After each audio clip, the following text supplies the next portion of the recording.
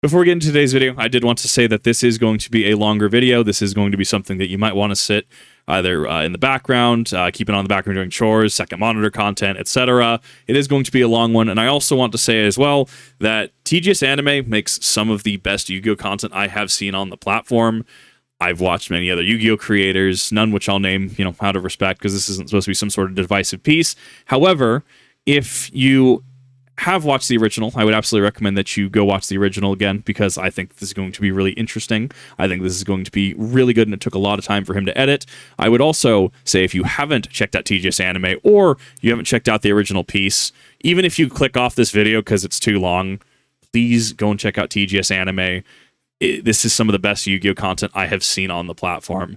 With that out of the way, was Zark about to defeat everybody? A most brutal duel by TGS Anime. And for full disclosure, I have not seen Arc-V, so this is going to be interesting to watch because I have no idea what's going on here. Zark versus everyone. Asta, Sora, Kite, Shun, Jack, Gong, Crow, Sawatari, Leo, Reggie, and finally Rayra/Ray all take on Zark in his fused form. Actually, I think we got Alexis Rhodes, did we not? I heard some things from a few other videos. We got reference to Zane Truesdale. We also had Alexis show up, and Alexis wasn't part of this, right? I'm so lost with the series. If Zark wins the duel, he'll destroy the entire world. So it's really important that if anybody's about to lose, somebody else needs to jump into the duel to make sure that duel doesn't end. However, every time they jump into a duel, they take 2,000 damage as an intrusion penalty. Spoilers, Zark beats everyone, except for his final opponents. So my question then becomes, despite all these high caliber characters being involved in this duel, the length of the duel in this hype train, really? Could nobody get the win on Zark? Well, when we find out how insanely protected and how many bloody effects he's got on the field, I'm not surprised he didn't lose, to be honest with you. However, it's important to be thorough, so we're going to analyze the entire duel and see if anyone could have won the duel a little bit earlier. Before we jump into the duel, I just want to remind everyone, today's video is sponsored by myself. I've got the merch. If you want to buy any of my merch, you're more than welcome to. The two main collections to get at the moment are the Penultimate series, or if you'd rather, the Purple-Eyes Grey Dragon version. That was a smooth drop of that shirt. I know it's going to be small for a lot of people. That was fabulous. If you fancy, link is in the description and down below, and if not, it's no worries, it's all good. So without further ado, I'm going to give that a 10 on principle. He didn't waste my time. He got to the point of the ad read, he had the sick shirt drop, and he actually was just like, cool, this is the thing. You want to buy the merch? Go. Here's the merch. Thank you for not wasting my time. In a current age of sponsors, advertisers, etc., just clamoring for screen space. This was simple. This was down to earth. This was very, very clear and concise. I love this. That's a 10. Let's jump into this really long duel. Yeah, it's a little bit long. The duel begins and Zark goes first. His opening hand consists of Supreme King Gate 0, Supreme King Gate Infinity, Supreme King Dragon Dark Worm, another copy of Supreme King Dragon Dark Worm, and Supreme Rage. Zark places his Scale 0, Supreme King Gate 0, and Scale 13, Supreme King Gate Infinity into his Pendulum Zones. Now, once per turn, while these monsters are in his Pendulum Zones, Zark can Pendulum summon as many monsters as he wants from his hand or face up from his extra deck if they have levels between these scales. 1 and 12. So essentially, monsters from level 1 to level 12. Basically everything. Zark immediately... I've been debating on picking these up. I heard that Zero and Infinity came from this. It feels like there's some GX pendulums here, actually. They're like GX influence here, because we obviously have Supreme King, and we obviously have Zero and Infinity, which for those that actually saw Season 4 of GX with, Night Shroud at the end. This was after, whatever his name was, Fujikawa, whoever Honest's duelist was. I always forget his name. We had, Darkness show up, 0 to Infinity as trap cards. When they both activated, everything in between them, Darkness 1, 2, 3 could activate. And that's why he had the eyeball to try and cheat and know which trap was which. I'm noticing a lot of parallels here. I feel like I missed a lot with Arc-V. He initiates a pendulum summon. He brings out the 2 Supreme King Dragon Dark Worms in his hand. Okay. Zark ends his turn here. With the field that Zark has built right now, there's actually a lot of stuff going on, and the opponents won't be any the wiser of what's happening because Zark doesn't explain what anything does. So to keep you guys in the light, know what's going on, this is what Zark has on the field at the moment. Okay. Gate Zero's pendulum effect is it reduces any damage Zark would take to 0, but while Zark controls a monster, he cannot perform a pendulum summon. Okay. Gate Infinity's pendulum effect increases Zark's life points by the amount Zark would have taken if he would have taken damage.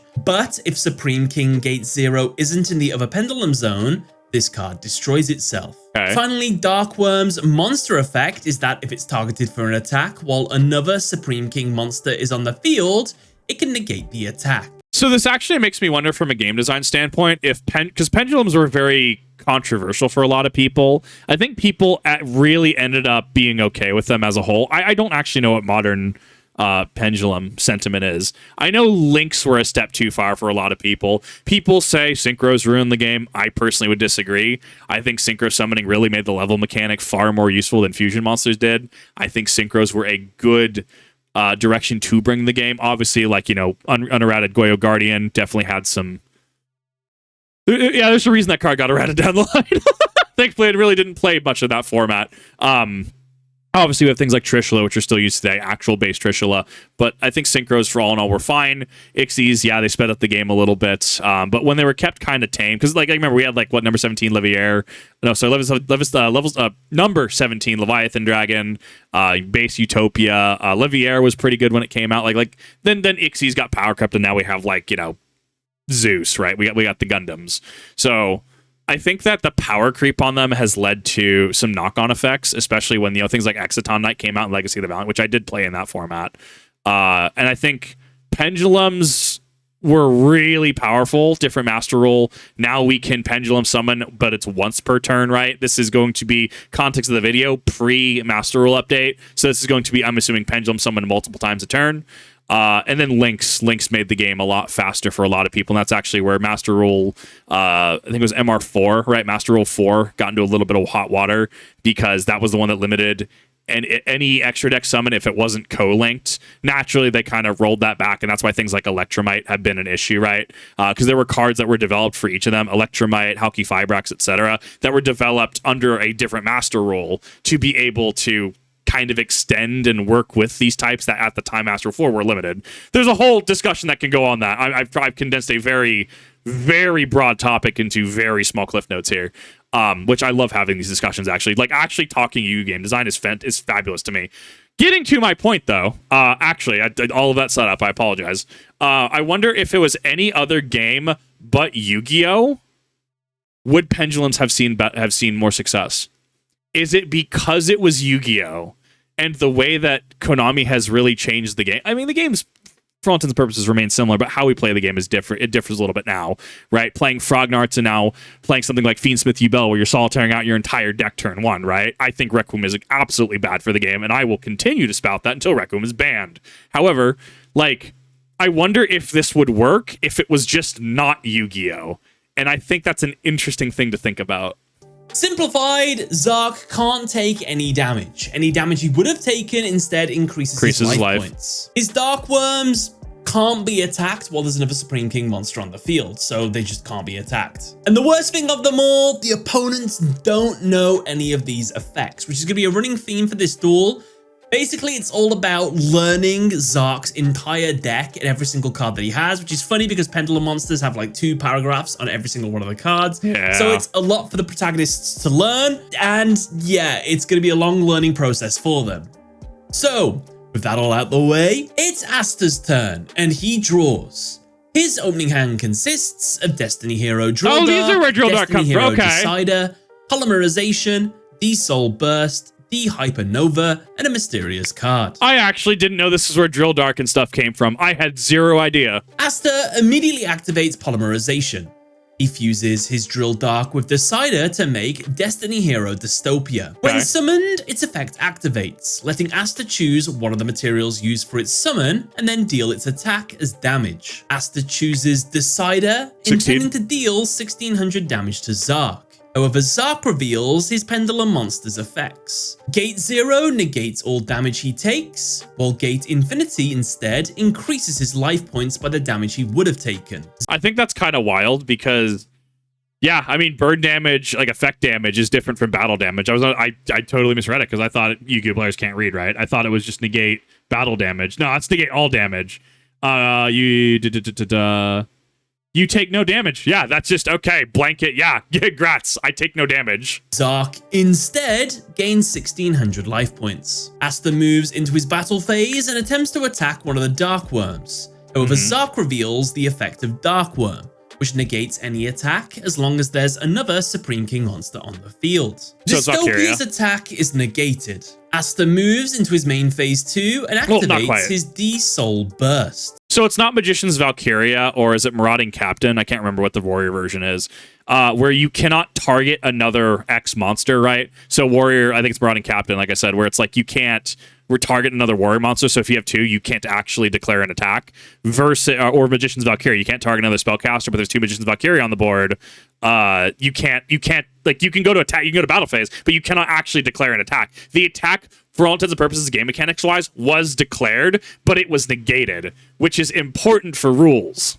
Due to this card's effect, he can halve the attack of a Destiny Hero monster he controls to inflict damage to both himself and the opponent equal to the attack it lost. He halves Dystopia's attack. Zark takes no damage and instead gains 1400 life points. Asta, on the other hand, takes the first damage of the duel. Now, at first, this might seem like a completely ridiculous play. We're making the opponent stronger, us weaker, and we've just halved the attack of our monster on the field. What are we doing? Okay. Well, our monster has another effect. Sure. You see, Dystopia's second ability is, if its stats change, it can destroy a card on the field.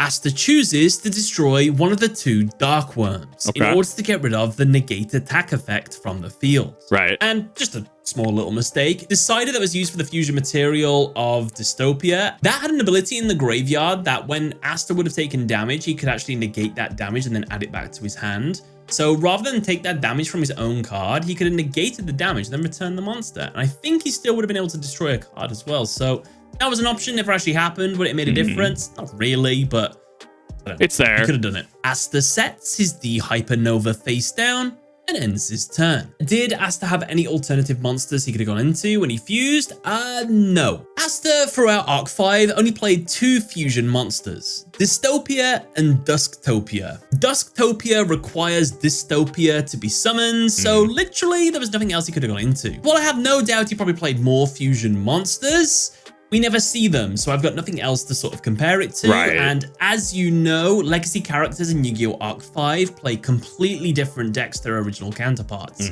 They almost never have the same cards, so it's and at that point, you can't even make a reasonable assumption. I mean, sure, we could headcanon, grats, he gets DPE, right? But based on what, right? I think this is an incredibly fair explanation, and it's keeping the source material, like, in mind, right? Because if we're giving him a DPE or extra hero link support, links weren't even a thing at this period of time, right? I do like this disclosure. Unlikely he had any of his original Destiny heroes from the timeline we know him from. No dogma, and of course, like the better question you should be asking, why did Asta destroy a Dark Worm? Why not destroy one of the Pendulum Scales? Well, I think he maybe thought that Sora was going to go a bit more on the attack, maybe get rid of the rest of his life points. That doesn't happen. But yes, getting rid of one of the Pendulum Scales would have been the better choice, especially since if 0 is destroyed, Infinity goes with it. Obviously, Asta doesn't know this, so that's probably why he didn't think to destroy one of the Pendulum Scales, which would have got rid of both of the Pendulum Scales. However, in my personal opinion, getting rid of a mechanic off the field that is literally going to bring back monsters every single turn and is making it so that you don't take any damage, that felt like the much smarter move to make. So I think it was a misplay personally from Asta right off the bat. It's hard to say because without honestly knowing more about the context, like what's on board. It's like So, yes, you can, if you're playing a duel in front of you, right, and your opponent has two 2,500 beaters, I mean, that's $5,000 coming at your face, right, for all intents and purposes. Like, that's a lot of advantage, and clearly it also negates the attack. Therefore, I guess, especially because we're doing like weird tag duel kind of thing. I don't know how the duel is structured. I thought it was a 1-on-1 and then they replaced each other, but it seems like at least we have two here, like 1v2. So we have Aster going into this next turn as well. So kind of tag team adjacent rules, right? I guess the logic here would be to destroy monster to prevent the attack from being negated, to try to slow roll advantage going into further turns. However, that does leave the enablers Supreme King 0 and Infinity on board, so that whenever it rolls around to Zark's turn again, he can just pendulum summon out. Hard to say. I think that, yeah, I could agree with the misplay. I could agree with the misplay conclusion. I don't know.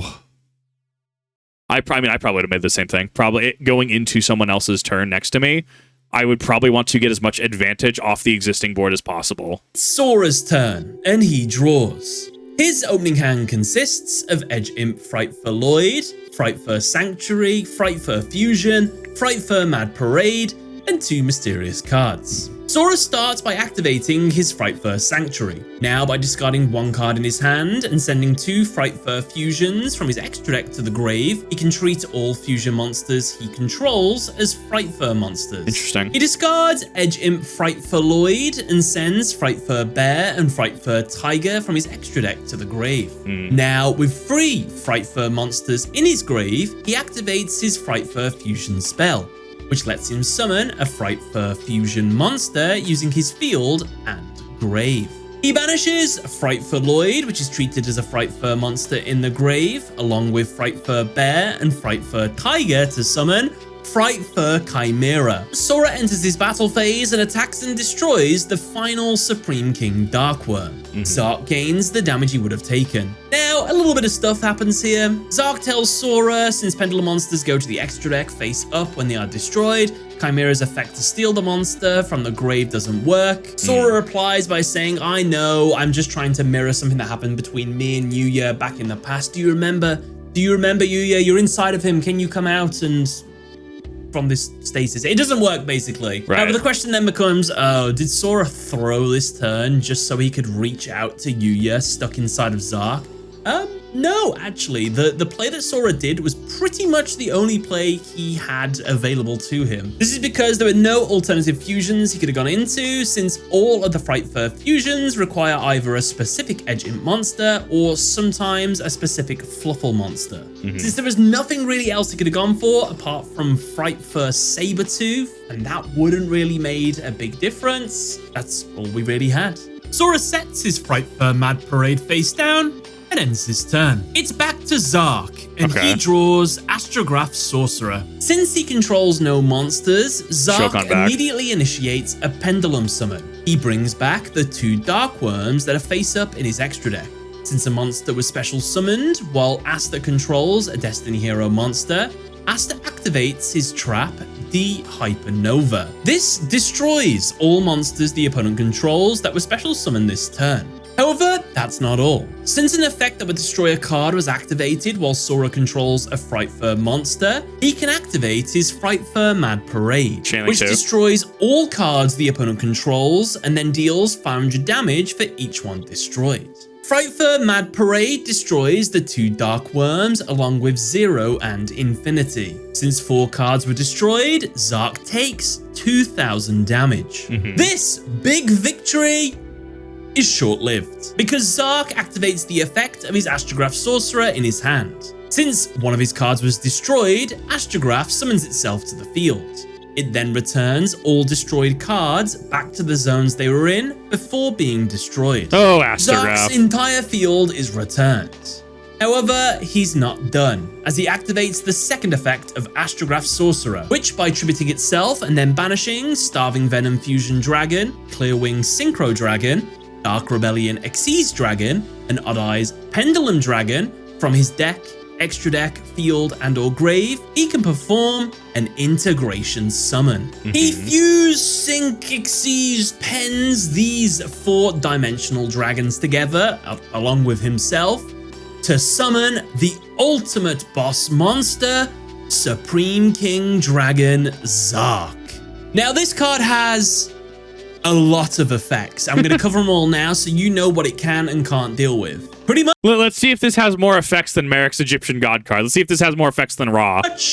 It can deal with everything. Zark is treated as a fusion, synchro, exceeds, and pendulum monster. Weird. This means that its level is also classed as its rank. If this card is special summoned, you can destroy as many cards your opponent controls as possible, then inflict damage equal to the total attack of the destroyed monsters. However, this card cannot attack the turn this effect is activated. Makes sense. While there are point. fusion, synchro, and exceeds monsters all banished in the graveyard, this card cannot be destroyed and is unaffected by card effects that would make it leave the field. All monsters you control are unaffected by fusion, synchro, and exceeds monster effects. If this card destroys an opponent's monster by battle, you can special summon up to 2 Supreme King Dragon monsters from your extra deck in defense. If an opponent adds a card to their hand outside of their draw phase, destroy it. I feel like I have to see what the actual one did. I've been debating on. There's a couple decks. I know DDDs, I guess, are still really cool. Like, you have to bring out the Excel spreadsheet, and like, I think that's fine. It's like I've talked about playing Yu-Gi-Oh for me is less about the competitive scene. I like the competitive scene. I don't like the lack of interaction, like actual player interaction. Sure, Ash Blossom, Valor, Dogwood, etc. Like, the interaction's there, but the player interaction hasn't been there. So I don't know. Take it back to if I found a quote unquote team to play Yu-Gi-Oh with, I would be more than happy to, sit through the 8-hour branded lecture to break out the Excel spreadsheet for something like DDDs and stuff. I don't remember where Sukrike gigs. I think it's a gimmick. I don't remember what this deck actually does in the TCG. That's right. This is a very custom card, and it's only going to get worse a little bit later because there are 4 Supreme King Dimensional Dragons in his extra deck that are always live and are waiting for the corresponding summoning mechanic to be summoned to the field so they can summon themselves to the field. We'll get to that when we get to it, but for now, since Zark summoned Zark, its effect activates. It destroys all of Asta and Sora's monsters, and then deals damage equal to their combined attack. Asta and Sora lose the duel. Rip. Luckily though, since Kite and Shun interrupted the duel, the world is not destroyed. The duel continues. It's Shun's turn, and he draws. His opening hand consists of Raid Raptor King Lanius, Raid Raptor Vanishing Lanius, Raid Raptor Fuzzy Lanius, Overlay Burst Armor, Rank Up Magic Devotion Force, and Rank Up Magic Limit Over Force. Raid Raptors is such a funny archetype. Like, if I remember correctly, the most Raid Raptor that I see is like maybe the 1 or 2 like one-off like main deck cards, and everyone just tries to throw Raid Raptor Ultimate Falcon and everything. It's so funny. It's me. I am that player. What can I throw Raid Raptor Ultimate Falcon in? If I can make it work at Black Wings, it's going to happen. Don't you worry. We'll make Bird.deck work. Shun starts by summoning his King Lanius. He uses its effect to summon another level 4 or lower Raid Raptor monster in his hand. He summons Vanishing Lanius. With Vanishing Lanius on the field, Fuzzy Lanius is allowed to special summon itself from his hand. With 3 level 4 monsters, he overlays all of them to exceed summon his rank 4 Raid Raptor Rise Falcon. And here is where we get the new main gimmick of the Zark deck. Basically, in Zark's extra deck, there are 4 Supreme King Dimensional Dragons. Whenever the opponent summons a monster of one of the corresponding summoning mechanics, that monster is allowed to tribute 2 Supreme King monsters from his side of the field to summon themselves to the field. And in the case of the Xyz monster, it can overlay them both. I don't know why I'm telling you this now, because I'm about to tell you it right now. Sure. Since an Xyz monster was summoned, Supreme King Dragon Dark Rebellion's effect activates in the extra deck. It initiates an Xyz summon. It overlays the 2 level 4 Dark Worms to summon itself. Dark Rebellion's effect is monsters the opponent controls cannot target Xyz monsters for attacks except this one. If this card battles during damage calculation, you can detach 1 Xyz material from this card, target the opponent's battling monster, change its attack to 0, and if you do, this card gains attack equal to that monster's lost attack until the end of the turn. During either player's turn, you can return this card to the extra deck, special summon 2 Supreme King Dragon monsters from your grave, And if you do, the attack of all Xyz monsters your opponent controls becomes 0. I mean, it's got that staying power, not necessarily because it's like destructible, right? Because you can still technically destroy it, right? But it's got protection on itself because it can't target anything but this one, playing into the other card prior, right? Supreme King's Arc.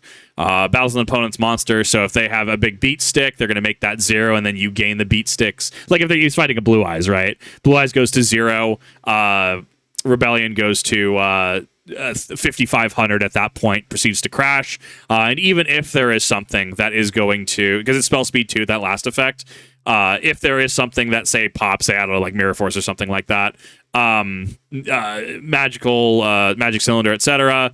Return this card. I'm assuming this is spell speed 2. I'd have to actually look at the actual wording on it, but as presented, saying during either player's turn, assuming spell speed 2, return this card to the extra deck, and then special summon 2 Supreme King Dragon monsters from your graveyard, and then all your Ixie monsters your opponent controls become 0. So, like, I don't know, they get out Ultimate Falcon, Exciton Knight, even though it's like 1900, right? Like, not saying this Knight would be in here, but point being, right? Or they summon like Zeus in TCG, right? Like, that would become 0 grats. That is now a non-issue. We're going to proceed to crash over. With all that in mind, Shun activates the effect of his Rise Falcon by detaching one of its overlay materials.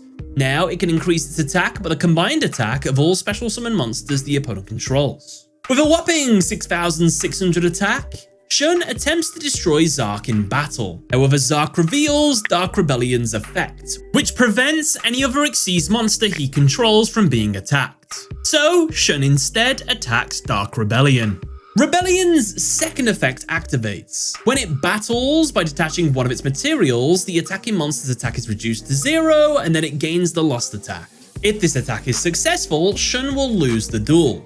However, luckily, since Rise Falcon would be destroyed by this battle, Shun activates his quick play spell, Overlay Burst Armor. By detaching all the overlay materials from his monster, he can prevent its destruction and any battle damage. Okay. Shun and Rise Falcon survive. Shun ends his turn by setting Rank Up Magic Devotion Force and Rank Up Magic Limit Over Force face down. Could Shun have done anything different during this turn? Not really. The only other Xyz monster we could have gone into was Force Strix. That would have let him add another Raid Raptor monster from his deck to his hand. But the problem is he doesn't have any like rank up cards that he can use this turn to go on the offensive. So no, not really. And whatever monster he would have added with Force Strix wouldn't have let him get any kind of rank up card. So that's the best we're going to get this turn, unfortunately. It's Kite's turn, and he draws. His opening hand consists of 2 copies of Cypher Wing, Double Exposure, Rank Up Magic Limit Over Force, Rank Up Gravity, and a mysterious card. Kite summons his Cypher Wing to the field. Since the Cypher Wing is on the field, he can special summon Cypher Wing in his hand. Next, he activates his continuous spell, Double Exposure. Now, once per turn during either player's turn, he can target 2 level 6 or lower monsters on the field with the same name. Their levels become double, and or target 1 monster on the field and target 1 other monster on the same controller's field. The first target's name becomes the same as the second target's. Kite uses the first effect to double the levels of Cypher Wing. Now, with 2 level 8 monsters, he overlays them both to Xyz summon his rank 8 Galaxy Eyes Cypher Dragon. What's the Galaxy Eyes Ixie that, like, it's got like 4,500 attack? I think you just rank it up from regular Galaxy Eyes. I need to get my copies of those because I feel like that gets super janky. Like, I'm not a huge Galaxy player. I know I tried, was it Galaxy and Photon? Are kind of that weird dual archetype where you effectively play both of those. I couldn't get used to it. Even playing it during what format was that? I think it was Hat format. Yeah, because it was Hat format. We were down to 1 Dragon Ruler of each, no baby Dragon Rulers. We were playing Mythic Water and Mythic Earth Dragon, right? Like rank 8 spam the deck. I couldn't get into it. Maybe the deck's a lot better today. It always felt janky. The only Galaxy monster I use is Galaxy Soldier. You know what deck I use that in? Cyber Dragons. Because Infinity is actually, unironically, one of my favorite cards in the entire game. My favorite, of course, being Super Polymerization.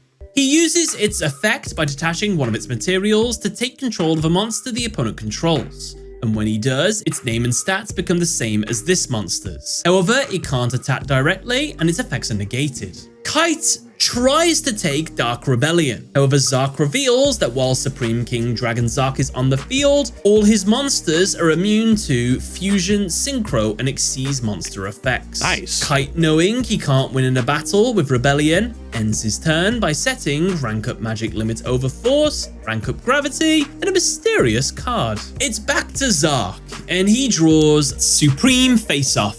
Zark moves straight into his battle phase and orders Dark Rebellion to attack Cypher Dragon. He uses its effect by detaching its last material to boost its attack and then reduce the opponent's attack. In response, Shun activates his rank up magic Devotion Force. This card can only be activated when an opponent's monster declares an attack.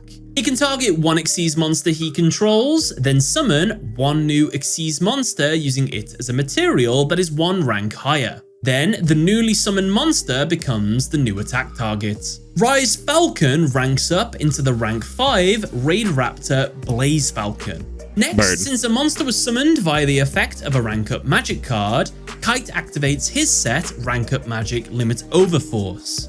Okay, I see how the dual structure now. Because the first two were fusion, being Aster and other person. I can't remember their name. And now we have both of these playing Ixie archetypes, being Raid Raptor and Galaxy specifically. Okay, so we're using the same typings. Paying half his life points, he too can target an Xyz monster he controls and then summon an Xyz monster that is one rank higher using it as a material. As well, the summoned monster's attack is times by the number of rank up magic spells that have been activated during the duel until the end of the turn. Cypher Dragon is ranked up into the rank 9 Neo Galaxy Eyes Cypher Dragon, and its attack. I think this is the one I was talking about. It's got red artwork, Neo Galaxy Eye Cypher. It's got like 4,500 and it's got like 3 effects. It's so janky. I don't know if anyone actually uses it, but I would be tempted because I spent way too. So I was gonna put this on the Patreon posts when I can actually remember to get around to them. I'm building Kaiba. I got my dueling mirrors, blue eyes, the OG art. Oh, they were expensive, but they look so pretty. I love the original blue eyes art.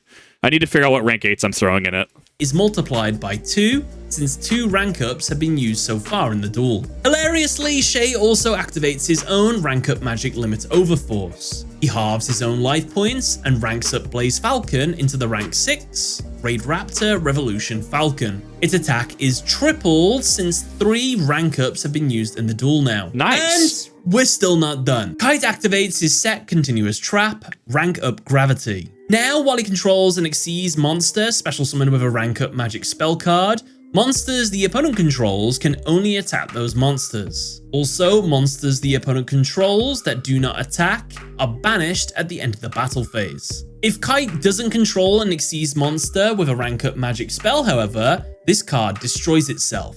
And if it does this during the battle phase immediately ends. The plan is solid on paper and is a genuinely good way of getting rid of Zark. Zark can't protect itself with any of its abilities from spells and traps, as long as there isn't a Fusion Synchro and Xyz monster in both graveyards. So at the moment, this could work.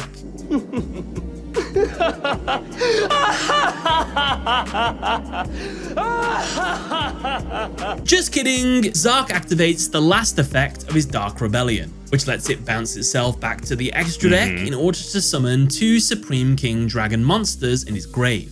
And when he does, the attack of all Xyz monsters the opponent controls are reduced to 0. If you wondered, by the way, why the Dark Worms were in the graveyard and not face up in the extra deck, because you thought, wait, I thought Pendulum monsters don't go to the grave, they go face Is it when they're destroyed? If they're discarded, I think they hit grave? There's an interaction here. up to the extra deck. Well, that only applies if they leave from the field. If they are sent from an Xyz material, it's not actually classed as being sent from the field, so they go to the grave. Pendulums are wacky, all right? I'm not going to get into that whole kettle of fish, but the more you know. I don't think I've heard the term kettle of fish, and now I'm going to use it. I absolutely love that term. That's perfect. Yeah, no, and that comes down to knowing your card types. That comes down to rulings. That comes down to how cards like pendulums and even links, like how they actually function. It's why the cruelest joke you can do to somebody is, hey, do you want to learn how to play Yu-Gi-Oh and actually throw the tiny little structured rulebook at them? That is the cruelest joke you can ever throw at anybody. Brink of Defeat, Kite and Shun both grab an action card to try and keep themselves in the duel. Oh, what? However, Zark reveals the other effect of Supreme King Dragon Zark, which is that if a card is added from outside of the draw phase, well, they're destroyed. With nothing left to help them, Zark's Dark Worms attack and destroy both of Kite and Shun's monsters, eliminating them from the duel. Luckily, since Jack Atlas and Gong Strong intervened in the duel continues.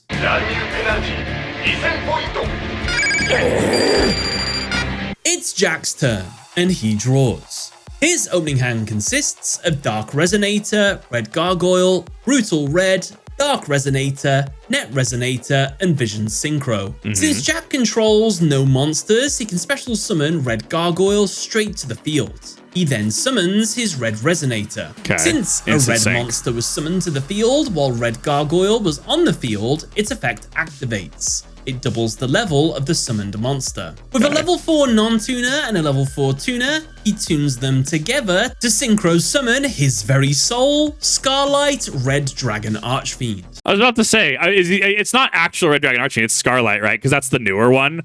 I don't know a single reason that you would use base Red Dragon Archfiend anymore. But then again, I could also just be I could also just be out of the loop. I'm not a big synchro player. I actually really enjoy it, but I don't have the Excel spreadsheet to Quasar Climb or do what was it, the Jack Atlas deck that came out, and then the very next ban list they bopped the big level 12 synchro. Man, that was short lived.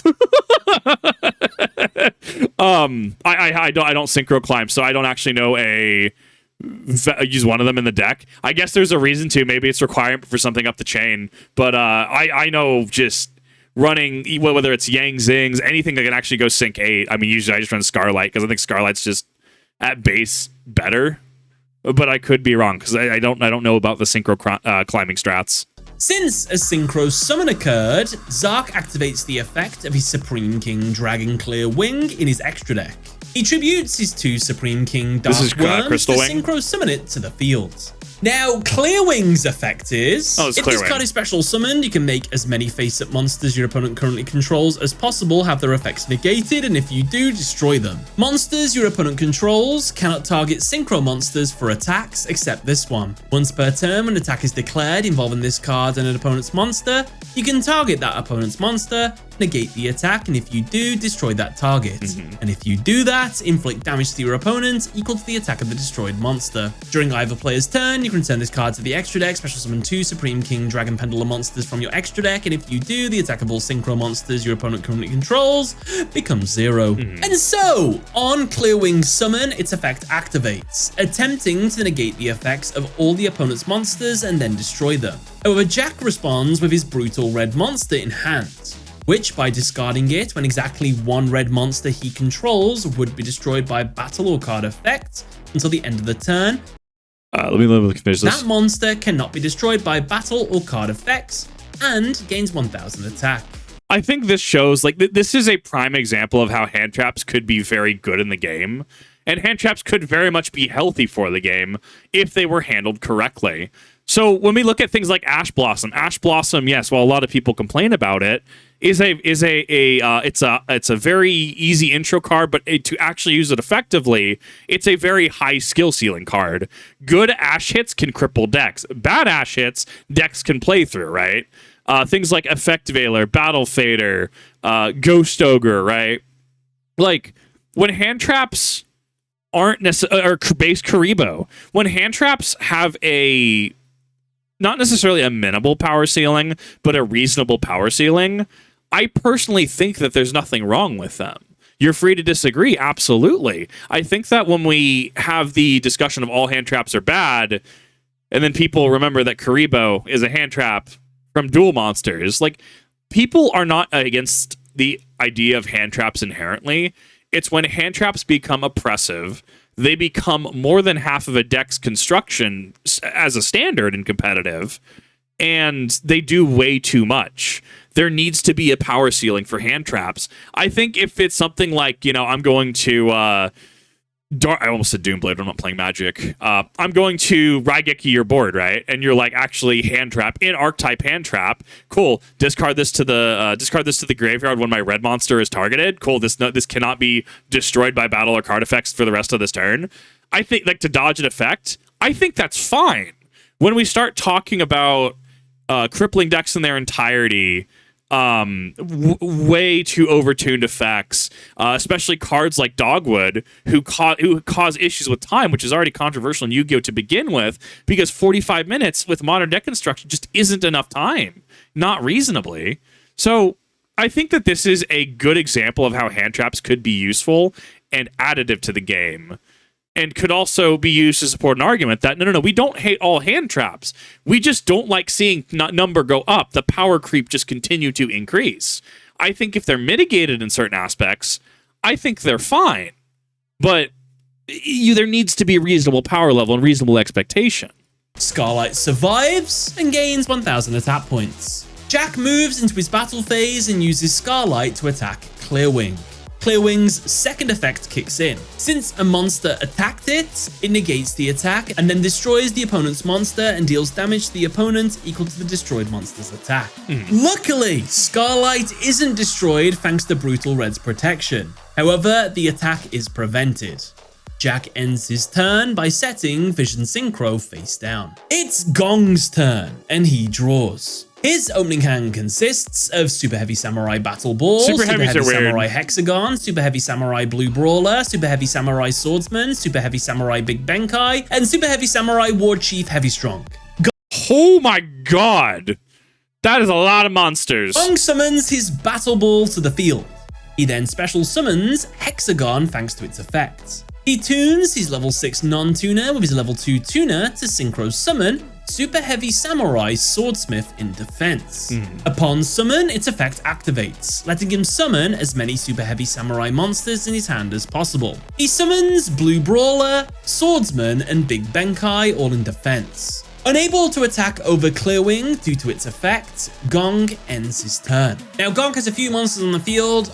Do they have any abilities that we don't know about? Well, Blue Brawler can't be destroyed by battle. Swordsman makes any monster it battles lose its attack after. Big Benkai can attack in defense. So, they're alright abilities, but nothing great. Sure. Question 2 then becomes, could Gong have gone into any different synchro monsters to go more on the offensive here? I know that's not his style, but still. Not really. The only other card he could have gone for was Super Heavy Samurai Ninja Sarutobi, which can destroy a spell or trap that the opponent controls, as long as there are no spells or traps in his grave. However, I don't think he could have used this to destroy one of Zark's Pendulum monsters, because all the graveyards are shared, and there are definitely spells and traps in his graveyard, so I think that's off limit for him. It's Zark's turn, and he draws Supreme Presence. He activates it straight away, equipping it to his Clearwing.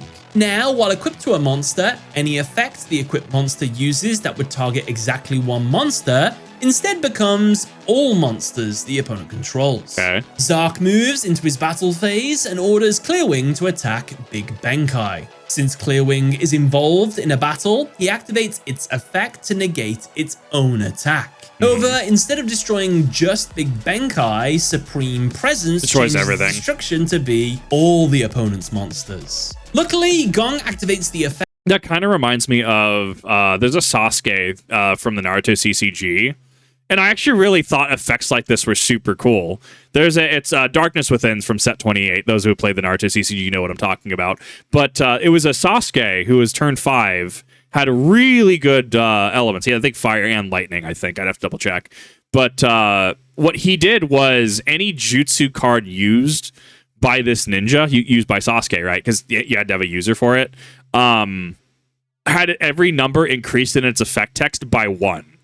Which was fascinating, because then you played something like Mangekyo Sharingan, which in its effect text was like, target one ninja and give 1 damage to the target. If the target was discarded due to this, give 1 damage to one other target. So, no, sorry, the requirement, the actual like cost, like the target was 1. So that was not affected. But that means that with that Sasuke, with his Darkness Within effect, you dropped that Mangekyo Sharingan. I think it was the one from set 24, Sage's Legacy. You dropped it. You gave 2 damage. 2 damage is a kill in the Naruto CCG. That's why cards have like the number vertical and then the number horizontal, because there were 2 states. Those that played the old Dragon Ball card game know exactly what I'm talking about, because you could actually play with between those 2 systems. You effectively killed one ninja and then split to 2 different ninjas and then killed them again. Very reminiscent of that. Of his Super Heavy Samurai Ward Chief Heavy Strong in his hands, since a monster he controls will be destroyed by a card effect. He can target 1 monster on the field and then tribute 1 Super Heavy Samurai monster he controls to special summon it. The battle phase immediately comes to an end, and the targeted monsters cannot be destroyed by card effects this turn. Gong targets Jack's Scarlight Red Dragon Archfiend to protect it from Zark's destruction. The battle phase ends, however, everything other than these 2 monsters are destroyed. Jack and Gong each take damage equal to the total attack of the monsters destroyed. Luckily, Super Heavy Samurai monsters don't have much attack, so they only take 1000 damage. Zark ends his turn. It's Jack's turn, and he draws Red Sprinter. He activates his set trap, Vision Synchro, which lets him synchro summon using monsters in his hand. However, whatever he summons is returned to the extra deck at the end of the turn. Sure. He tunes his level 4 non-tuner Red Sprinter with his 2 level 3 tuners, Dark Resonator and Net Resonator, in order to double tune his level 10 synchro monster, Tyrant Red Dragon Archfiend. I actually really like that you had certain requirements down the line, because I mean, that's since its inception, right? 1 tuner, 1 non-tuner, or in the case of like Trishula, 1 tuner, 2 non-tuner monsters, right? But eventually, inevitably down the line, we got, cool, you could over-tune it, right? You could this required 2 tuners, or this required, technically Formula Synchron required it, right? I think it was Formula Synchron going into Quasar, you required, I think, 1 synchro tuner as well. Like, I liked how you could play within the synchro system to meet certain things. I did like that about it, kind of that weird modularity. It was a selling point for me. Since Net Resonator was used for its synchro summon, its effect prevents Jack from taking any effect damage while he controls the summoned monster. Gong adds to this protection by activating the quick effect of Heavy Strong.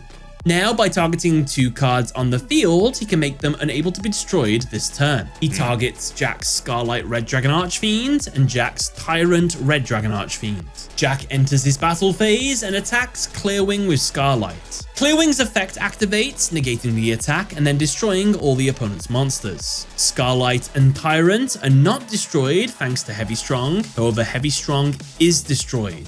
Gong takes the total attack of the destroyed monsters as damage. Gong is eliminated from the duel. With the way cleared, Jack continues his attack. He attacks with Tyrant Dragon next, targeting Clearwing. The attack is successful. Clearwing is destroyed. But Supreme Zero King and Infinity nullify and instead increase Zark's life points by the damage he would have taken. As Jack's turn comes to an end, Vision Synchro returns Tyrant Dragon back to the extra deck. So, I know what you're thinking, after all of that, what has Jack really achieved here? Well, with Clearwing off of the field, that does mean that Zark can't summon his 2 Dark Worms anymore, because he can't Pendulum Summon while he controls a monster, because he's got Zark on the field. Clearwing was one of the ways he could have got those 2 Zark Worms back, and he can't do that anymore. So, essentially, Zark's extra deck is out of commission. For now. For now. It's Zark's turn, and he draws Supreme Disdain. Zark moves straight into his battle phase and attacks and destroys Scarlight Dragon. Yikes. Jack is eliminated. Before the world would be destroyed, Sawatari and Crow Hogan intrude on the duel. So, the duel continues. And unfortunately, everything Jack and Gong achieved is undone, as the next effect of Zark is revealed. Since it destroyed a monster by battle, it summons 2 Supreme King Dragons from his extra deck. He summons the 2 Dark Worms back to the field into defense. Zark sets Supreme Rage, Supreme Disdain, and Face Off Face Down, and ends his turn. It's Crow's turn, and he draws. His opening hand consists of Blackwing Kochi the Daybreak, Blackwing Gladius the Midnight Sun, Black Feather Illusion, Black Feather Reversal, and 2 mysterious cards. Crow summons his Kochi the Daybreak to the field. Since there are only Blackwing monsters on his side of the field, he can special summon Gladius the Midnight Sun from his hand straight to the field. He tunes his level 3 non-tuner with his level 4 tuner to synchro summon Assault Blackwing Raikiri the Rain Shower. Okay. Since a synchro summon occurred, Zark tributes his 2 Dark Worms to summon Supreme King Dragon Clear Wing from his graveyard, which is the only one of the extra deck monsters that can do that, so it's lucky that this one went to the grave. Right. On its summon, its effect activates, negating the effects of all monsters the opponent controls and then destroys them. However, Crow activates his Black Feather Illusion, since a Blackwing Synchro monster was destroyed. This lets him summon it back to the field with its effects negated. Crow moves into his battle phase and attacks Clearwing. Clearwing uses its battle effect to negate the attack and then destroy the attacking monster. Raikiri is destroyed. However, before Crow can take any damage, he activates Black Feather Reversal. It has the effect, if a monster battles or when a card or effect is activated that would inflict damage to a player, make the damage from that battle or effect 0. Then special summon 1 Blackwing Synchro monster from the extra deck with the same attack as the original damage. No battle damage occurs, and since Crow would have taken 2600 damage, he summons his 2600 attack, Assault Blackwing Chidori the Rain Sprinkling. Chidori's effect allows it to gain 300 attack for each Blackwing monster in the grave. Since there are 3, it gains 900 attack. Crow attacks again with it, this time successfully destroying Clearwing. The effect of Black Feather Illusion in the graveyard activates. Since a Blackwing monster attacked, this card can banish itself in the grave and then negate the effects of all spell cards the opponent controls until the end of the damage step. Right. 0 and Infinity are negated. Zark takes a bit of damage for once. However, don't let this little win get to your head too quickly, because Zark, well, he won't give you an inch. Zark, not wanting to give the good guys even a second's worth of a win, activates his set continuous trap, Supreme Face-Off. Now, with this continuous card on the field, once per turn during the opponent's battle phase, if Zark controls a Supreme King monster, he can target one monster the opponent controls and force it to attack, even if it has already attacked. Also, once per turn, if a Supreme King monster battles, or when a card or effect is activated that would destroy a Supreme King card you control, that Supreme King card cannot be destroyed by that battle or effect. During your opponent's battle phase, you can send this face-up card to the graveyard. All monsters your opponent controls that did not attack this turn must attack. You choose the attack targets for those attacks. And so, Chidori is forced to attack Supreme King Dragon Zark. It is destroyed. Since Supreme King Dragon Zark destroyed a monster by battle, it summons back the 2 Dark Worms from his extra deck into defense. Right. Since Chidori was destroyed, its effect special summons a Winged Beast Synchro monster in the grave. He brings back Raikiri. Crow can't attack one of the Dark. I actually really like Chidori and Raikiri. So obviously, very much Japanese themed. I wonder if there was a Naruto influence on that, because Kakashi invented Chidori and later he had his lightning cutter, his Raikiri, and then Sasuke was using the Chidori. I don't know, just something I'm like, I wonder if this is a subtle nod. I wonder if there was any influence there.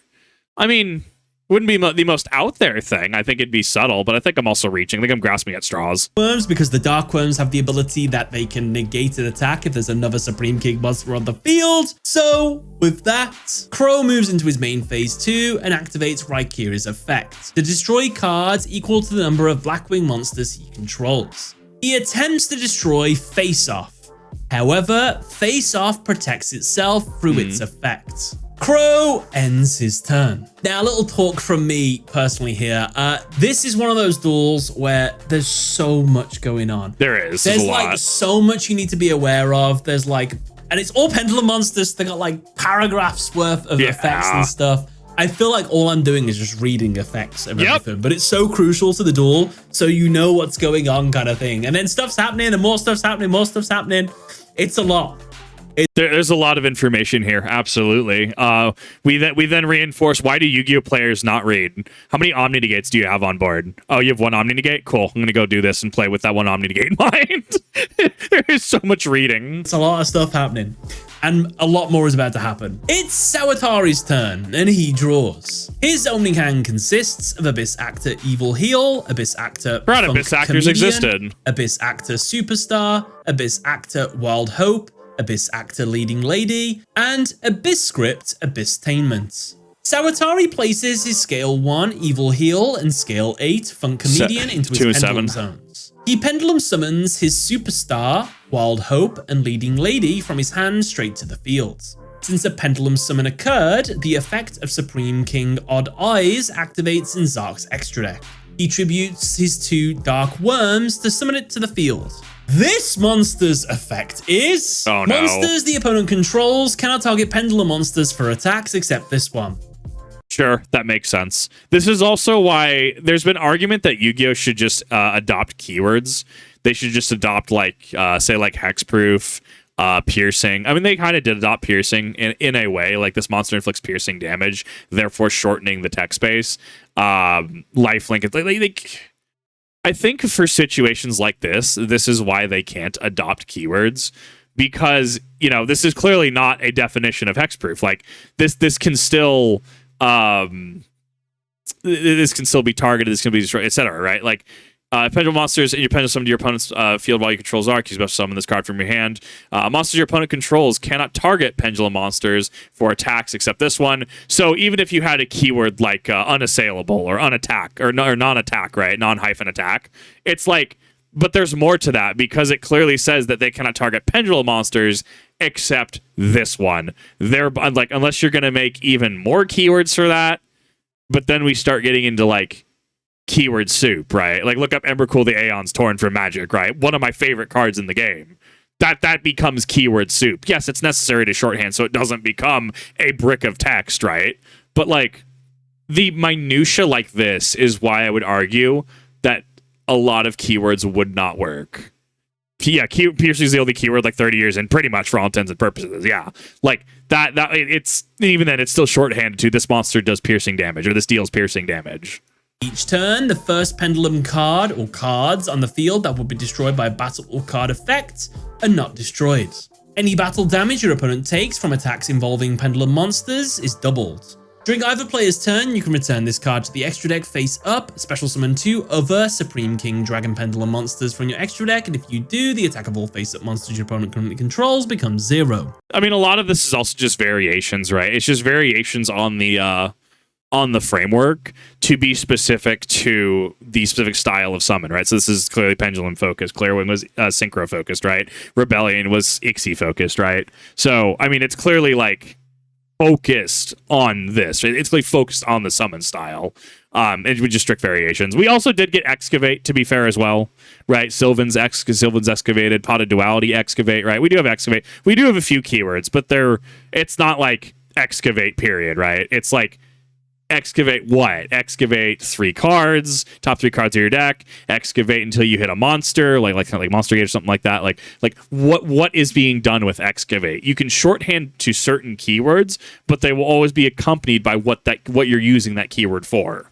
Sawatari activates his Superstar's effect, which lets him add an Abyss Script spell from his deck. He adds Abyss Script Rise of the Abyss King. Since a card was added from outside the draw phase, it is immediately destroyed due to Zark's effect. Rip. Sawatari activates his continuous spell, Abyss Script Abyss-tainment. He uses its effect. By tributing an Abyss Actor, he can set an Abyss Script spell in his grave onto his field. He tributes his Leading Lady to set Rise of the Abyss King in the grave. Sawatari activates his Rise of the Abyss King. With its effect, he can target face-up cards on the field up to the number of attack position Abyss Actor monsters with different names he controls and then destroy them. And since he controls a level 7 or higher Abyss Actor monster, Zark cannot activate cards or effects in response to this card's activation. Thus, this is where you will, and I did a short on this a while back, this is where people will argue this would be Spell Speed 4. Spell Speed 4 does not exist. We have Spell Speed 1, which is, standard spell cards, monster card effects, etc. You will have Spell Speed 2, which is trap cards, quick play spells, quick play effects, etc. Spell Speed 3 is reserved exclusively for counter traps. This Spell Speed 4, which people will shorthand, is shorthand for an effect that cannot be responded to. So people will say Super Polymerization is Spell Speed 4.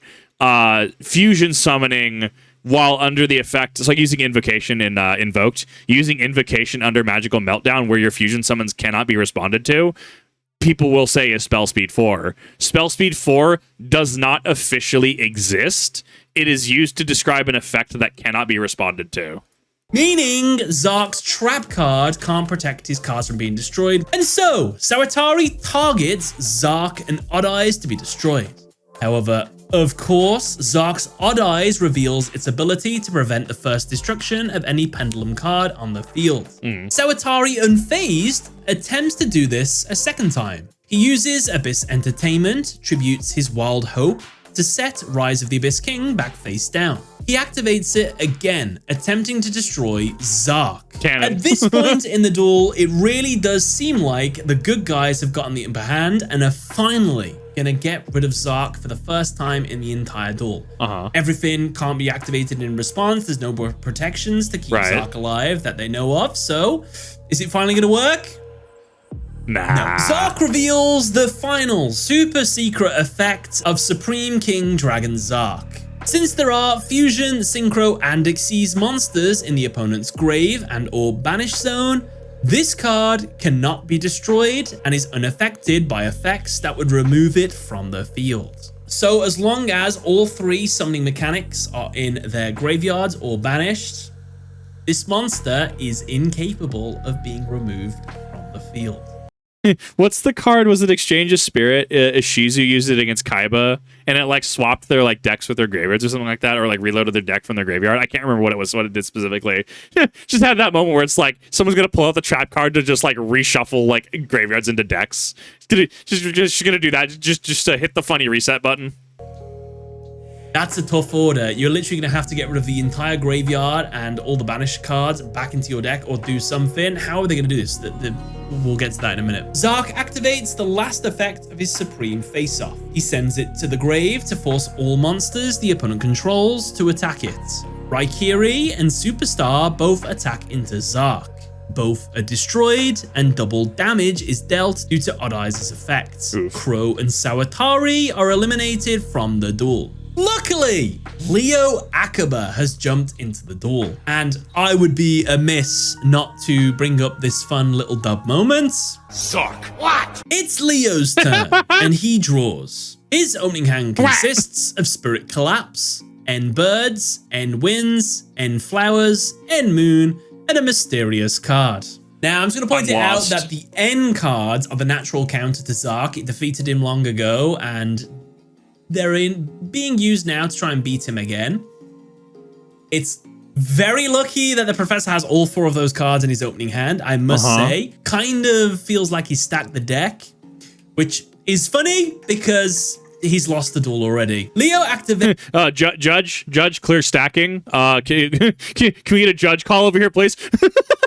Dude's doing the Arcana thing where he's like, he has the trimmed edges. It's his Spirit Collapse. By paying 1,000 life points, he can send a fusion monster from his extra deck to the grave.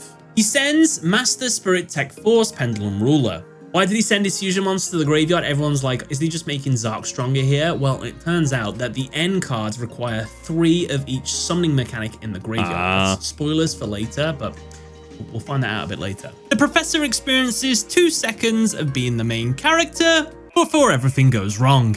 Zark, in response, activates his set Supreme Disdain. This lets him look at Leo's hand and then send cards in his hand to the grave equal to the number of Supreme King cards he controls. All 4. And for every card he sends, the opponent will take 300 damage. Man, every Dark World player looking at this being like, yo, I wish I could hand rip like that. I just got Silva.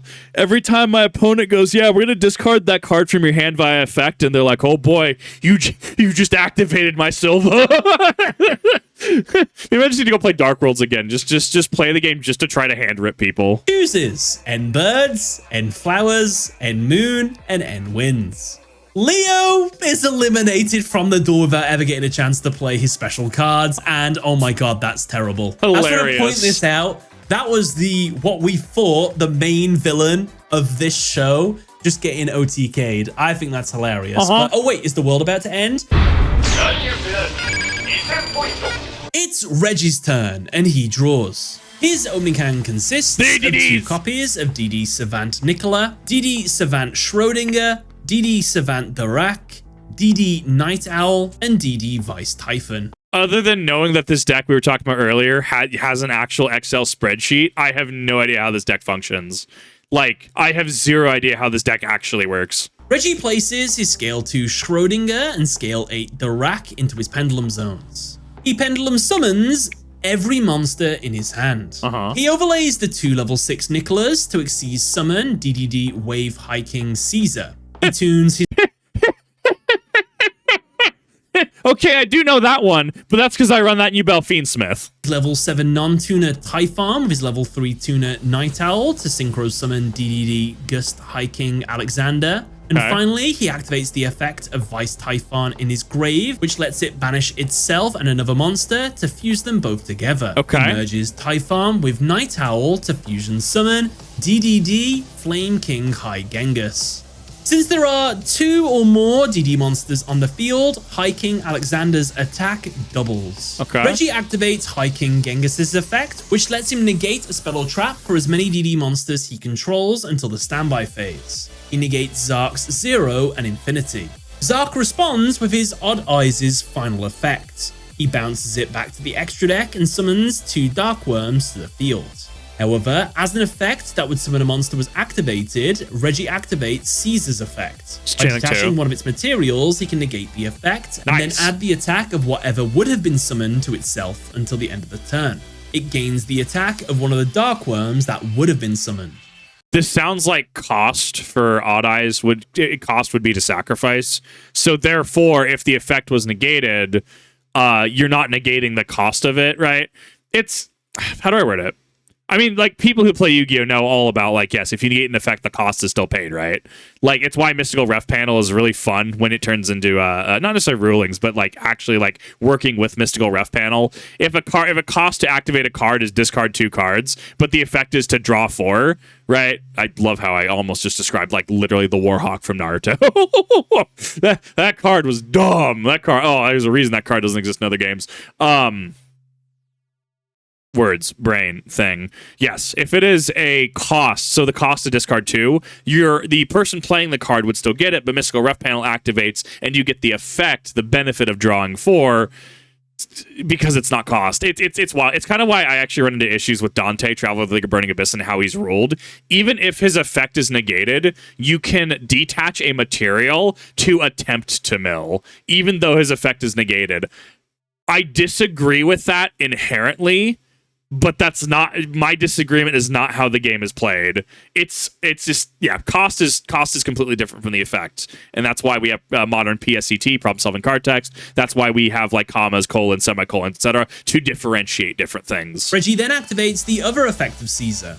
Since its attack increased through its own effect, by detaching its last overlay material, he can give the attack boost to another monster. He gives it to High King Genghis. Reggie moves into his battle phase and attacks Supreme King Dragon Zark. While unable to be destroyed due to its protection effect, with 0 and Infinity negated, Zark still takes the damage from the 3 attacks. Reggie ends his turn.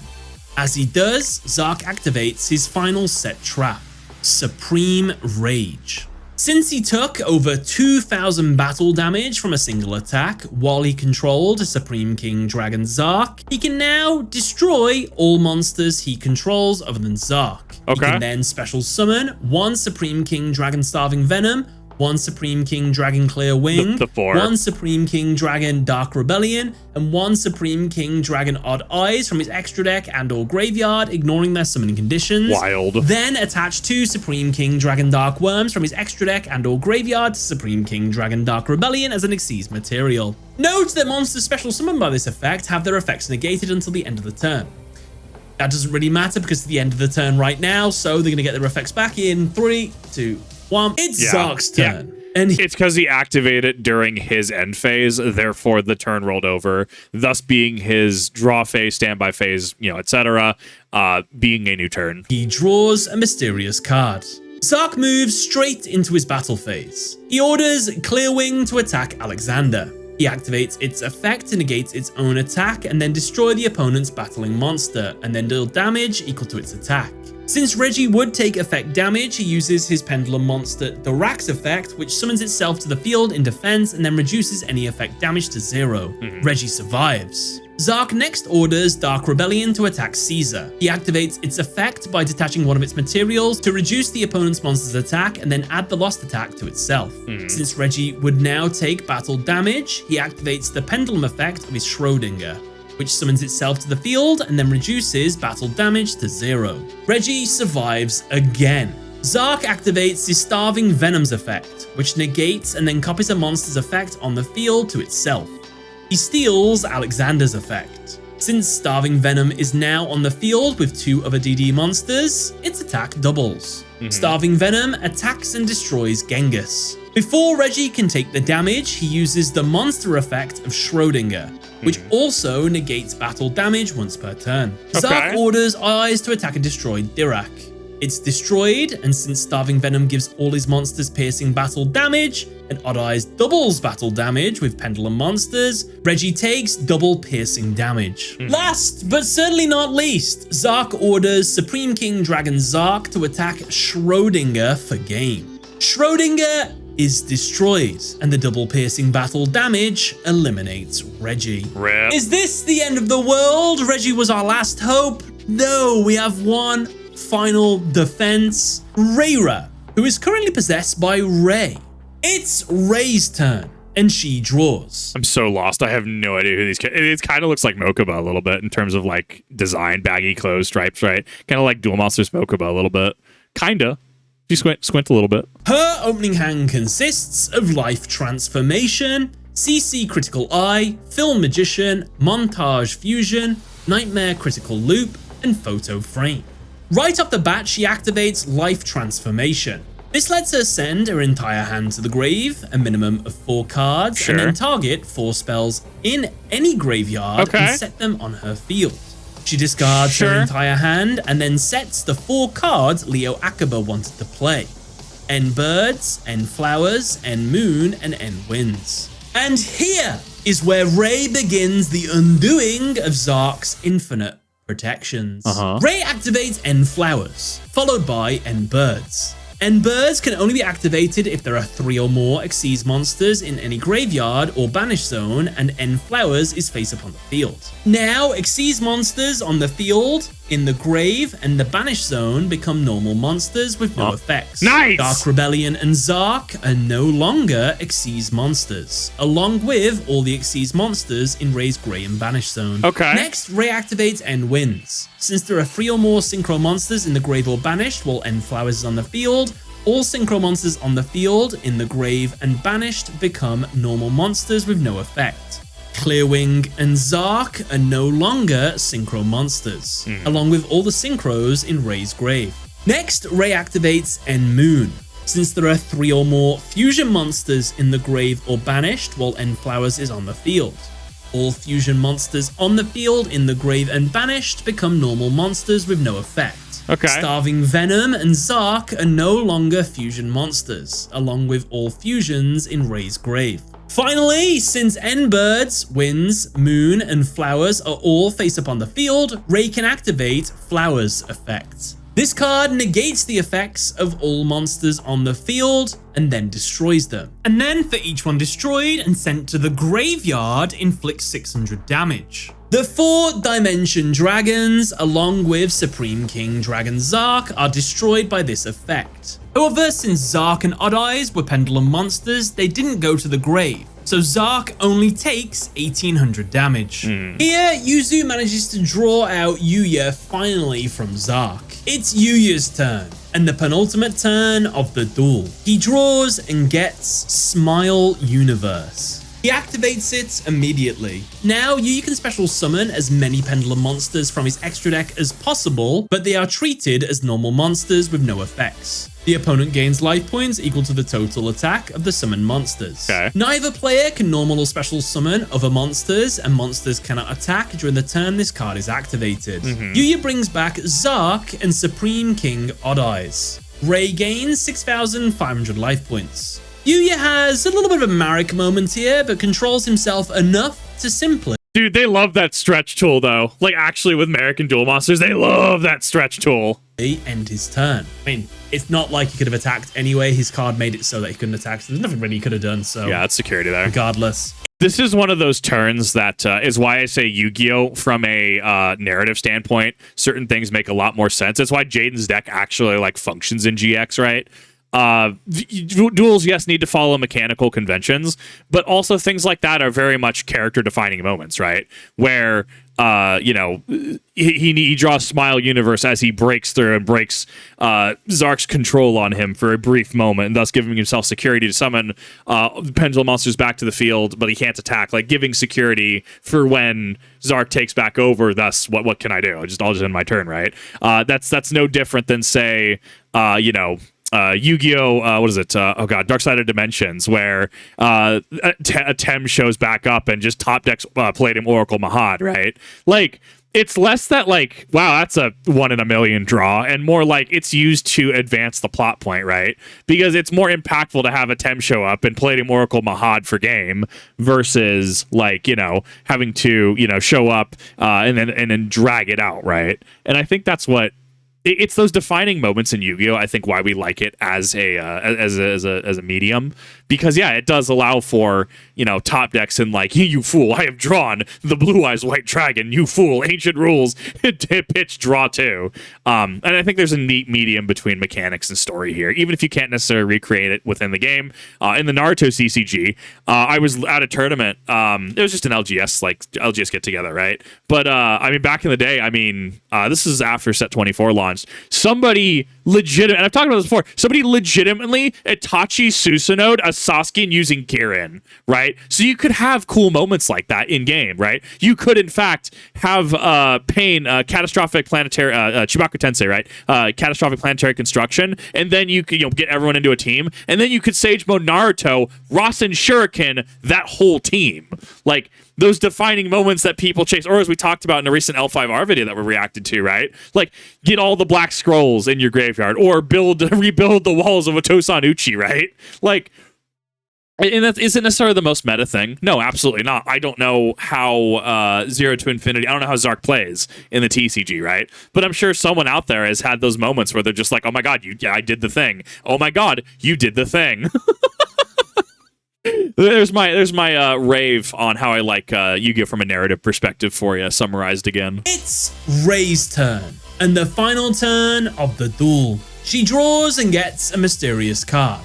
She activates the effect of End Flowers again. Zark and Odd Eyes are destroyed and sent to the graveyard since they were treated as normal monsters by Smile Universe. Zark/Yuya loses the duel. And oh my god, that is the longest duel I think I have ever done. That took me 1 hour and 30 minutes to do that, from talking with mistakes and everything. I don't know how long this video is going to be, but yeah.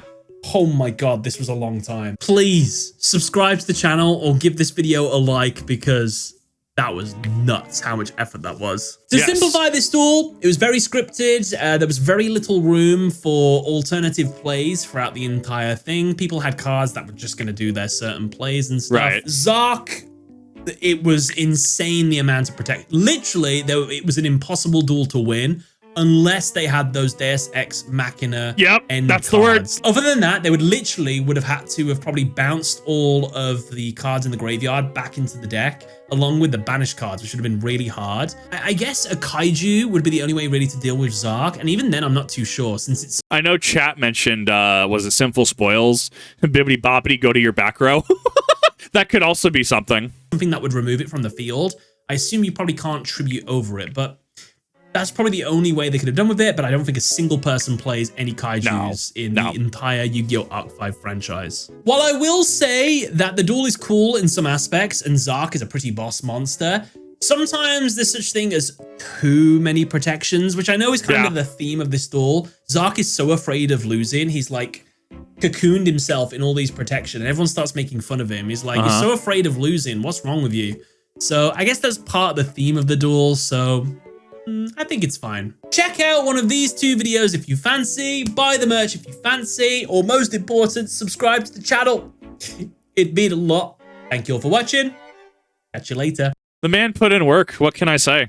I'm already subscribed, obviously, but that absolutely deserves a like, especially from as much, because it's not only the hour and a half at read, right?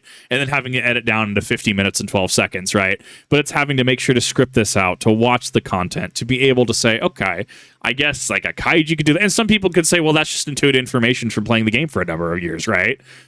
Yes and no. Like, there's still a lot of effort that went into this. And I went into this, I didn't know if I would react to this. Not because I don't love his content, but because there is a lot of effort that goes into this. As I said, it's very easy for me to sit here and talk about, criticize, critique, right? Intake, commentate, right? It's very easy for me to do that, and it's different altogether to actively create. I mean, sure, you could argue, well, technically, reactions are derivative of the original work, and this is derivative of Yu-Gi-Oh! Because it's just, derivative from the actual series. But who has more editing for all intents and purposes? Who has done more editing for all things considered, right? Which is why I try to do what I do as respectfully as possible, because I do have a lot of respect for TGS Anime. And I've reacted to a lot of TGS Anime fairly recently because, look, I've watched Yu-Gi-Oh! Channels throughout the years. I've watched a number of deck profiles. At its core, this is some of the best content I've seen. And this is not to fluff it up. This is not, notice me TGS Anime Senpai. No, it's not. If I genuinely did not like the content, I would say so. If I genuinely was like, yeah, this isn't getting views, this isn't getting whatever, I'll just move on, right? I'll move on with my day. I have other things that I could react to, right? But it's not like that. I think that this content is great, right? I think that there's a lot of good edits that go into this. I think there's a lot of good discussion that happens in this. I think that this is something that can get both players who've played the game for a long time, players like me who've been in and out of the game for a number of years, but can kind of understand the game on a competitive level, and even new players who go, well, I picked some stuff up, I've been in and out, but I don't really know much about this. This is more modern Yu-Gi-Oh! Focused. What is this about, right? And I think there's something special about that. I think there's something special to be able to really kind of take a look at things like this and kind of appeal across the spectrum, right, to the audience. But I digress. I thought this was great. I thought this was amazing. I thought this was an amazing video that he did. Definitely thank you to TGS Anime for making an absolutely amazing video and taking the time to produce this. I also want to say, even if you have checked out TGS Anime in this original video, especially if you have not, please go check out the original video. Like, we need to reward the content that's good on YouTube, especially in an age where someone could hypothetically put in a string of words to Chat GPT, get a script, and then make a AI slot video on this subject. We need to make sure we're supporting creators who are worth it. Also, as well, if you like exercise, I hear that he has a second channel. I don't know too much about it. Haven't really watched it. I do know that he does, I think, gym things, ? Go check out TGS Anime. Links in the description. Thank you, everyone, for watching, and I'll see you in the next one.